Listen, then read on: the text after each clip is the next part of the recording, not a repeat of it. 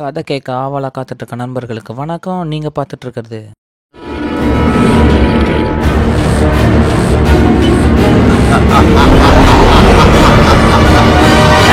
ஒரு கதை சொல்லவா?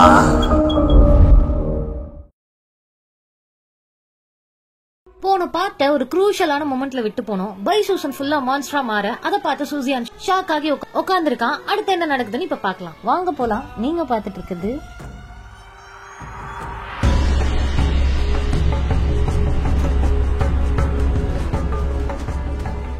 முழுசா பாம்பா மாறின தான் மனைவிய பார்த்த சூசியான் அப்படியே மல்லாக்க சரீரம் பதறி போய் இவ கிட்ட போய் என்ன ஆச்சுன்னு பாக்குறா. சூசியான், உனக்கு என்ன ஆச்சு? இவன் ஏன் மூச்சு பேச்சு இல்லாம கிடக்குறான், எதனா பண்ணுங்க அப்படின்னு அழுதுகிட்டே அவனை குலுக்கி எழுப்ப பாக்குறா. நடக்கிறதெல்லாம் பாத்துட்டு இருந்த மாங்கு, நீ என்ன பண்ணியும் பிரயோஜனம் இல்ல, அவன் உயிர் போயிடுச்சு அப்படின்னு அசால்ட்டா சொல்றாரு. தான் கணவன் இறந்துட்டான்ற செய்தியை கேட்ட பைசூசன் கோவத்தோட உச்சிக்கு போறா. இந்த கோவத்திலேயே ஒரு ஜெயண்ட் ஒயிட் ஸ்னேக்கா உருமாற, இதனால மக்களுக்கு எதனா ஆபத்து வருமோன்னு சுதாரிச்ச மாங்கு டக்குன்னு ஒரு மந்திரத்தை போட்டு இவளை இங்க இருந்து டெலிபோர்ட் பண்ணி ஒரு மலைக்காட்டு பக்கத்துக்கு தூக்கிட்டு போயிடுறாரு. கட் பண்ணா ஒரு மலை குன்றுல மாங்க் நின்னுகிட்டு இருக்க, அவருக்கு எதிர்க்க ஒரு மலையவே சுத்தினா மாதிரி விஸ்வரூபமா படம் எடுத்து நின்னுகிட்டு இருக்கு மான்ஸ்டர் ஒயிட் ஸ்னேக். உங்க ரெண்டு பேருக்குள்ள ஒரு பயங்கரமான சண்டை நடக்க ஆரம்பிக்குது. மாங்க் மலை டு மலை தாவி இவரோட மந்திர சக்தியை யூஸ் பண்ணி அந்த ஒயிட் ஸ்னேக் அடிக்க ட்ரை பண்றாரு. அதுல லைட்டா ஒயிட் ஸ்னேக் கொஞ்சம் நிலம் தடுமாற ஆரம்பிக்குது. அந்த கேப்ப பயன்படுத்தி அதை சிறப்படிக்க முயற்சி பண்ண திடீர்னு பின்னாடில இருந்து ஏதோ ஒன்னு அடிச்சு மாங்க் பறந்து போய் அந்த பக்கம் விழுகிறாரு. மாங்க் அப்படியே திரும்பி பார்க்க அங்க ஜயோ நின்னுகிட்டு இருக்கா. மாங்க் அப்படியே அவளை பாத்துக்கிட்டு இருக்க மனுஷ உருவுல இருந்த ஜயோ டக்குன்னு ஒரு மான்ஸ்டர் கிரீன் ஸ்னேக்கா உருமாறுறா. இந்த பச்சை பாம்பு எப்படி திடீர்னு இங்க வந்ததுன்னு மாங்க் தன்னோட ஞான திருஷ்டியை யூஸ் பண்ணி பார்க்க, மான்ஸ்டர் உலகத்துல இருந்த ஜயோ தான் ஃப்ரெண்டுக்கு ஏதோ ஆபத்து நடக்க போறத உணர்ந்து அவ இங்க வந்ததா மாங்க்கு தெரிய வருது. சரி, ரெண்டு பாம்பையும் இன்னைக்கு சூப்பு போட்டுற வேண்டியதான்னு மாங்கு அடுத்த ஃபைட்டுக்கு எந்திரிச்சு ரெடி ஆகுறாரு. இந்த ரவுண்ட்ல பாம்புங்களோட கை உயர்ந்திருக்கு. தோழிகளான ஒயிட் ஸ்னேக்கும் கிரீன் ஸ்னேக்கும் டாக் டீம் பார்ட்னர்ஷிப் போட்டு மாங்க துவைன்னு துவைக்குதுங்க.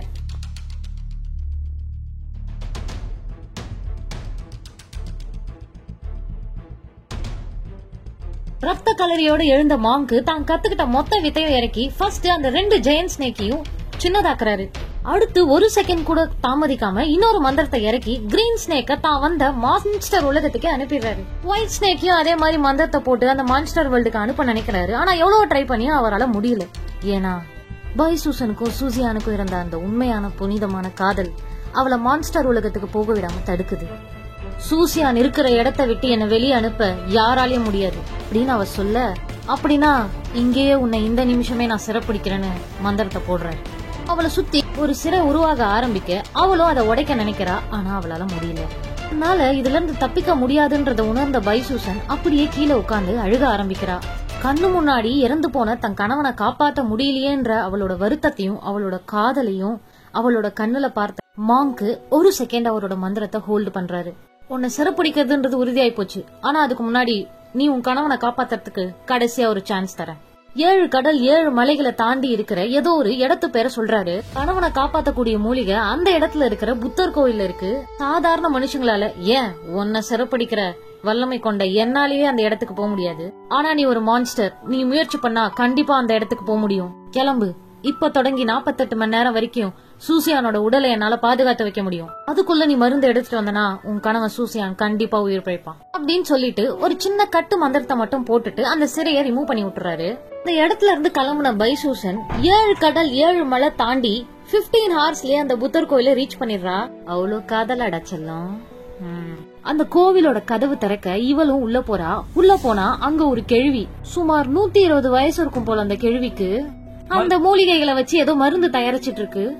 இவ உள்ள வர்றத பார்த்த அந்த கேள்வி, வந்துட்டியா, நீ இங்க வருவேன்னு எனக்கு முன்னாடியே தெரியும் அப்படின்னு சொல்லுது. அதுக்கு இவ, நான் இங்க வர்றது தெரியும்னா நான் எதுக்காக வந்திருக்கேன் அப்படின்றதும் உங்களுக்கு தெரிஞ்சிருக்கும். சீக்கிரமா அந்த மூலிகையை கொடுத்தீங்கன்னா நான் என் கணவன் உயிரை காப்பாத்த இங்க இருந்து புறப்பட்டுருவேன் அப்படின்னு சொல்றா. ஆனா அந்த கேள்வியோ மருந்த டக்குன்னு கொடுக்காம நடந்தது நடக்க போறதுன்னு அவளை கொலை கொலன்னு பேசிக்கிட்டு இருக்கு. இந்த இத்து போன கேள்வி எப்படி இந்த இடத்துக்கு வந்துச்சு அப்படின்னு இவ யோசிக்க, அதை கேட்ச் பண்ண கேள்வியோ, நீ என்ன யோசிக்கிறன்றது எனக்கு தெரியும், நான் யாரு என்னன்றத நீ தெரிஞ்சுக்காத வரைக்கும் தான் உனக்கு நல்லது அப்படின்னு நக்கலா சொல்லி கொஞ்சம் இரண சைகையை காட்டிட்டு உள்ள போய் மருந்து எடுத்துட்டு வந்து இவகிட்ட கொடுக்குது. அதை வாங்கிட்டு இவளும் அங்கிருந்து டக்குன்னு புறப்பட்டுறா. கட் பண்ணா மலைக்காட்டு பகுதியில சூசியானோட உடலை பதப்படுத்திட்டு பக்கத்துல மாங்கு உட்கார்ந்துருக்காரு. இவன் அங்க வந்து லேண்ட் ஆகுறா. பரவாயில்லையே, 48 மணி நேரம் உனக்கு அவகாசம் கொடுத்தா 30 மணி நேரத்துலயே ரிட்டர்ன் ஆயிருக்க, உன் காதல் ரொம்ப கெட்டிதான் அப்படின்னு சொல்றாரு. மாங்க முறைச்சுக்கிட்டே அந்த மூலிகையை அவர்கிட்ட கொடுக்க அவரு அப்படியே அந்த மூலிகையை வச்சு மருந்து தயாரிக்க ஸ்டார்ட் பண்றாரு. மருந்து தயாரிச்சு கொடுத்துமே சூசியான் எந்திரிக்கல. உடனே இவன் மாங்க ஒரு சந்தேக கண்ணோட்டத்தோட பாக்க, நீ பயப்படுற மாதிரி தப்பாலாம் எதுவும் நடந்துடாது, உன் புருஷன் கண்டிப்பா உயிர் பழைப்பான். என்ன, நான் போட்ட மந்திர கெட்டு 48 மணி நேரம் கெடு இருக்கு, அது முடிஞ்சதுக்கு அப்புறம் உன் புருஷன் கண்டிப்பா உயிர் பழைப்பான். ஆனா அப்படின்னு மாங்க் இழுக்க, ஆனா என்ன அப்படின்னு இவ பதட்டமா கேட்க, அவன் உயிர் பழைச்சிருவான், ஆனா அவனுக்கு இதுவரை நடந்த எதுவுமே ஞாபகம் இருக்காது, பழசெல்லாம் அவன் மறந்துருவான், உன்னையும் சேர்த்து அப்படின்னு சொல்றாரு. இத கேட்ட பைசூசன் முதல்ல வருத்தப்பட்டாலும், ஆனா நம்ம கணவன் உயிரோட இருக்கான் அப்படின்னு ஒரு சாட்டிஸ்பாக்சனோட அந்த சிறப்பிடிக்கிற இடத்த நோக்கி போறான். மலை உச்சியை ரீச் பண்ண மாங்கோட மந்திரத்து மூலியமா அங்க ஒரு சிறை உருவாகுது. அப்படியே மூடிக்கிட்டே இருக்க திடீர்னு அங்கிருந்து கண்ணை கூசுற அளவுக்கு ஒரு பிரகாசமான சக்தி அங்கிருந்து வெளியே வருது. ஒளி அவரோட கண்ணை மறைக்க மாங்க் தன்னோட கண்ணை அப்படியே மூடுறாரு. ஒளி அப்படியே கம்மியாக ஆரம்பிக்க அவரு கையெடுத்துட்டு அங்க பார்த்தா ஒரு அழகான குழந்தை இருக்கு. அந்த குழந்தைய பார்த்த மாங்க் அதிர்ந்து போறாரு. அப்படியே இவர் மேல நிமிர்ந்து பார்க்க அந்த சிறை ஆல்மோஸ்ட் மூடுது. கரெக்டா அது மூடுற சமயம் கண்ணுல கண்ணீரோட பைசூசன் மாங்க பார்த்து, இந்த குழந்தைய எப்படின்னா சூசியான் கிட்ட சேர்த்துருங்க அப்படின்னு சொல்றா. அவ சொன்ன அடுத்த செகண்ட் சிறை மூடிட்டு. அத கேட்ட மாங்கோட கண்ணு முதல் முறையா கலங்குது. அவர் அப்படியே அந்த குழந்தைய அவர் கையால தூக்க அப்படியே ஜூம் அவுட் பண்றோம். கட் பண்ணா ஒரு வீட்டுக்குள்ள ஒரு 5 வயசு குழந்தை ஒருத்தரை ஓடி வந்து அப்படியே கட்டி பிடிக்குது. யார கட்டி பிடிக்குதுன்னு பார்த்தா அட நம்ம சூசியான தான். பைசூசனோட ஆசையை நிறைவேற்ற வகையில மாங்க் அந்த குழந்தைய சூசியான் கிட்ட கொடுத்திருக்காரு. அவனும் அந்த குழந்தைய அன்பா வளர்த்துக்கிட்டு இருக்கான். சூசியான் நடந்துக்கிறதெல்லாம் பார்த்தா மாங்க் சொன்ன மாதிரி அவன் பழைய ஞாபகங்கள்லாம் இழந்துட்டா மாதிரி தெரியுது. எல்லாம் நல்லா போய்கிட்டு இருக்கு. எங்கடா மாங்க்னு ஒரு கேரக்டர் இருந்ததே, அதை காணும்னு பார்த்தா அந்த பர்டிகுலர் சம்பவத்துக்கு அப்புறம் மாங்க யாரும் பாக்கல அப்படின்னு சொல்றாங்க. எங்க போனாரோ என்ன ஆனாரோ தெரியல. இந்த குழந்தை தன்னோட அம்மா யாருன்னு தெரியாமலேயே வளர ஆரம்பிக்குது. வளர வளர தான் அம்மா யாருன்னு தெரிஞ்சுக்கிற ஆர்வத்துல அதுக்குண்டான தேடுதல்ல ஈடுபட ஆரம்பிக்கிறான். கிராமப்புறங்கள்ல சில பேர்கிட்ட விசாரிக்க அவங்க தான் அம்மாவோட பேரையும் அவங்க காதலிச்சு கல்யாணம் பண்ண அந்த நிகழ்வையும் மட்டுமே கதையா சொல்றாங்க. அப்படியே அவங்க அம்மாக்கு ஜயோன்னு ஒரு தோழி இருந்ததாகவும் சொல்றாங்க. வேற எதுவும் பெருசா டீடைல்ஸ் கிடைக்கல. இந்த பைசூசன் ஜயோன்ற பேரை மட்டும் எடுத்துட்டு ஊர் ஊரா சுத்துறான். பல மனிதர்களையும் மாங்குகளையும் சந்திச்சு பேசுறான். மாங்குகள் கொடுத்த தகவலை வச்சு ஜயோ அப்படின்றது ஒரு கிரீன் ஸ்னேக் மான்ஸ்டர் அப்படின்றத இவன் தெரிஞ்சுக்கிறான். இந்த ஜயோவை எப்படி கான்டாக்ட் பண்றதுன்னு தேடி தெரிய அப்போ மான்ஸ்டர்களுக்கு உதவி பண்றதாக காட்டு பகுதியில ஒதுக்கப்பட்ட ஒரு மாங்கை இவன் சந்திக்கிறான். தன்னோட பிரச்சனை அந்த மாங்கு கிட்ட சொல்ல அந்த மாங்கு உதவி பண்றாரு. இந்த மாங்கும் தன்னோட மந்திர சக்தி மூலமா ஒரு கண்ணாடியை உருவாக்கி அந்த மான்ஸ்டர் வேர்ல்டுல இருக்கிற ஜயோவை கான்டாக்ட் பண்ண ட்ரை பண்றாரு. அப்ப அந்த கண்ணாடியில பச்சை கலர் ட்ரெஸ் போட்டுட்டு ஒரு பொண்ணு தெரியுதா. யாருன்னு பார்த்தா நம்ம ஜயோ. ஆமா நீங்க யாரு, நீங்க ஏன் என்ன பேச கூப்பிட்டுருக்கீங்க இவ கேட்க அந்த ஃப்ரேமுக்குள்ள இந்த பையன் வரான். இந்த மான்ஸ்டர்களுக்கு பொதுவாகவே ஒரு சக்தி இருக்கு. ஒருத்தரை பார்த்த உடனேவே அவங்களோட ஜாதகம் ஹிஸ்டரி எல்லாமே அதுங்களுக்கு தெரிஞ்சிடும். அந்த மாதிரி ஃப்ரேம்ல இவனை பார்த்த உடனேவே இவனோட ஹிஸ்டரி அவளுக்கு தெரிய வருது. அது தெரிஞ்ச அடுத்த செகண்ட் ஜயோ கண்ணுல இருந்து தார தாரையா கண்ணீர் வழியுது. நீங்க என் அம்மாவோட தோழின்றத தெரிஞ்சுக்கிட்டு தான் நான் உங்ககிட்ட பேச வந்திருக்கேன். எனக்கு இப்போ என்ன பத்தின மொத்த விவரமும் தெரிஞ்சாகணும் அப்படின்னு அவன் கட் அண்ட் ரைட்டா கேட்க ஜயோ தன்னோட கண்ணை தொடச்சுக்கிட்டு சொல்ல ஆரம்பிக்க அவ கண்ணுக்குள்ள ஒரு ஜூம் வைக்கிறோம். ஜூம் அவுட் பண்ணா கலங்குன கண்ணோட அந்த பையன் நிக்கிறான். இப்போ அவனுக்கு தன்னை பத்தின மொத்த லைஃப் ஹிஸ்டரியுமே தெரிஞ்சிருது. இப்ப என் அம்மாவை அதுல இருந்து எப்படி காப்பாத்துறது, அதுக்கு வழி சொல்லுங்க அப்படின்னு ஜயோ கிட்ட கேக்குறான். ஜயோ அப்படியே திரும்பி அந்த மாங்க பாக்குறான். இவனும் டக்குன்னு அப்படியே திரும்பி அந்த மாங்க பாக்க அந்த மாங்கோ எங்க தொலைச்சோமோ அங்கதான் தேடணும், யாரால அந்த சிறை போடப்பட்டதோ அவர் தான் அதை உடைக்கிறதுக்கும் வழி சொல்லணும் அப்படின்னு காமன் கம்போஸ்டா சொல்றாரு. அத கேட்ட அடுத்த செகண்ட் தாமதிக்காம இந்த பையன் அந்த மாங்க தேடி போறான். பல வருஷங்கள் கஷ்டப்பட்டு தேடி ஒரு வழியா ஃபாகாய கண்டுபிடிச்சிடறான்.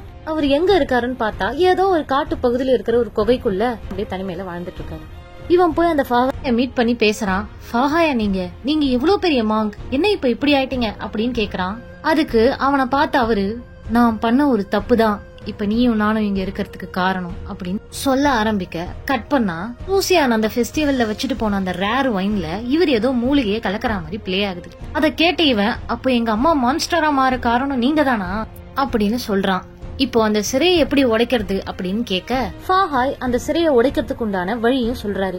இந்த வழியை கேட்ட அந்த பையன் குழப்பம் கலர்ந்த அதிர்ச்சியோட ஃபாஹாயை பார்த்துட்டு இருக்கான். ஃபாஹாயோ அவனை பார்த்து, எனக்கு தெரியும் உன்னால இதை பண்ண முடியாது அப்படின்னு சிரிக்கிறாரு. அதை கேட்ட அந்த பையன் ஃபாஹாயை பார்த்து அப்படின்னு நக்கலா ஒரு சிரிப்பு சிரிச்சுட்டு அங்கிருந்து கிளம்பிடுறான். இப்பனா நம்ம ஃபர்ஸ்ட் பார்ட்ல பார்த்த அந்த ஸ்டார்டிங் சீன் இங்க வருது. சோ அந்த பாட்டுல பார்த்தா மாதிரியே அந்த பையன் குத்திட்டு சாக அந்த கதவு திறக்குது. உள்ள இருந்து யார் வரான்னு பார்த்தா பைசூசன் நடந்து வரா. நடந்து வந்தவ வெளியே வந்து பார்த்ததுமே என்ன நடந்திருக்கும் அப்படின்றத அண்டர்ஸ்டாண்ட் பண்ணிக்கிறா. அது அவளோட பையன் அப்படின்னு தெரிஞ்சதுனால அவன் கிட்ட போய் அழுக ஆரம்பிக்கிறான். அவ அப்படியே அழுதுகிட்டே இருக்கும்போது அந்த பையன் ஒரு கோல்டன் டஸ்டா மாறி அப்படியே புத்தர் கிட்ட போயிடுறான். கட் பண்ணா இந்த பக்கம் சூசியான் அவனோட வீட்டுல சோகமா உட்கார்ந்துருக்க அப்படியே அவுட் ஆஃப் போக்கஸ்ல ஒரு பொண்ணு வர. அப்படியே திரும்பி பார்த்தா பைசூசன். அவளை பார்த்த அடுத்த நிமிஷம் அவனுக்கு அவ கூட இருந்த நினைவுகள் எல்லாமே ஞாபகம் வந்துருது. உடனே கிட்ட போய் அப்படியே 2 பேரும் ஃபேஸ் டு ஃபேஸ் காதலோட பாத்துக்கிறாங்க. இவ்வளோ நாளா உங்ககிட்ட வளர்ந்துகிட்டு இருக்கிற பையன் நம்மளோட பையன் அப்படின்ற விஷயத்தையும் சொல்லிடுறா. அந்த சந்தோஷத்தை கெடுக்கிற மாதிரி அவன் இறந்து போனதையும் இவ சிறையில இருந்து வெளியில வந்த கதையையும் சொல்றா. அத கேட்ட உடனே இவன் ரொம்ப வருத்தப்படுறான். என்னதான் வருத்தப்பட்டாலும் தான் மகன் இறக்கணும், அதுக்கப்புறம் அவனுடைய மனைவி வெளியே வரணும் அப்படின்றதெல்லாம் ஒரு விதி, இதுதான் வாழ்க்கைன்னு ஒரு அக்செப்டன்ஸ்க்கு வந்துடுறான். இப்படியே பேசிட்டு இவங்களுடைய வாழ்க்கையில செகண்ட் இன்னிங்ஸை இவங்க வாழ ஸ்டார்ட் பண்றாங்க. சில வருடங்கள் கழிச்சு இவங்களுக்கு அகைன் ஒரு அழகான ஆண் குழந்தை பிறக்குது. இறந்து போன பையன் தான் இப்ப மறுபடியும் வந்து பிறந்திருக்கான் அப்படின்னு அந்த மகனை ஆசையா வளர்க்க ஆரம்பிக்கிறாங்க. அப்படியே இந்த இடத்துல கதையை முடிக்கிறோம். இந்த வீடியோல ஒரு சைனீஸ் மித்தாலஜி லவ் ஸ்டோரி பத்தி பார்த்தோம். இன்னொரு வீடியோல இன்னொரு நல்ல ஸ்டோரியோட உங்களை வந்து மீட் பண்றேன். Until then, bye.